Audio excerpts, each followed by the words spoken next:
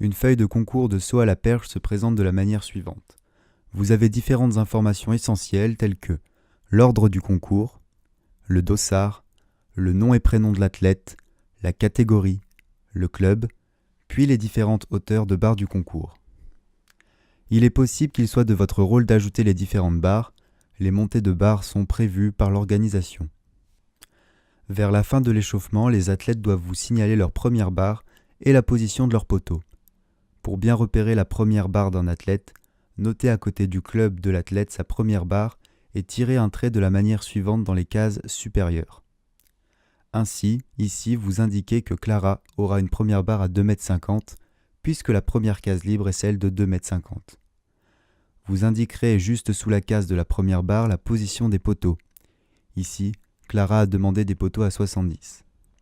Vous reproduirez l'opération pour tous les athlètes. Voici comment doit être présentée votre feuille en début de compétition. Vous indiquerez l'échec d'un athlète par une croix, la réussite par un cercle et l'impasse par un tiret. Une fois qu'un athlète a terminé son concours, il est conseillé de tirer un trait de la manière suivante et d'indiquer immédiatement sa performance. Votre feuille de concours doit se présenter de la manière suivante à la fin de la compétition. Maintenant, vous pouvez réaliser le classement. Un concours de saut en hauteur se présente de la même manière que celui de la perche, sans les poteaux.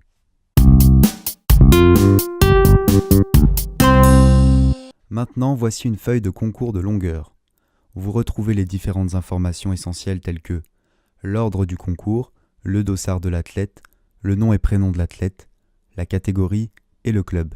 Vous avez un espace où vous pourrez inscrire la performance d'un athlète. Par exemple, si Roger pour son premier saut passe les 5,48 m, vous devez l'indiquer de la manière suivante. Un espace est réservé pour le classement intermédiaire. Si un athlète réalise une faute, vous devez indiquer à l'intérieur de la case de son essai une croix. Si l'athlète réalise une impasse, c'est-à-dire qu'il ne souhaite pas sauter, indiquez-le grâce à un tiret.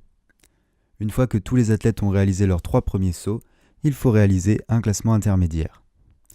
Les 8 athlètes qui auront réalisé la meilleure performance auront le droit à 8 essais supplémentaires.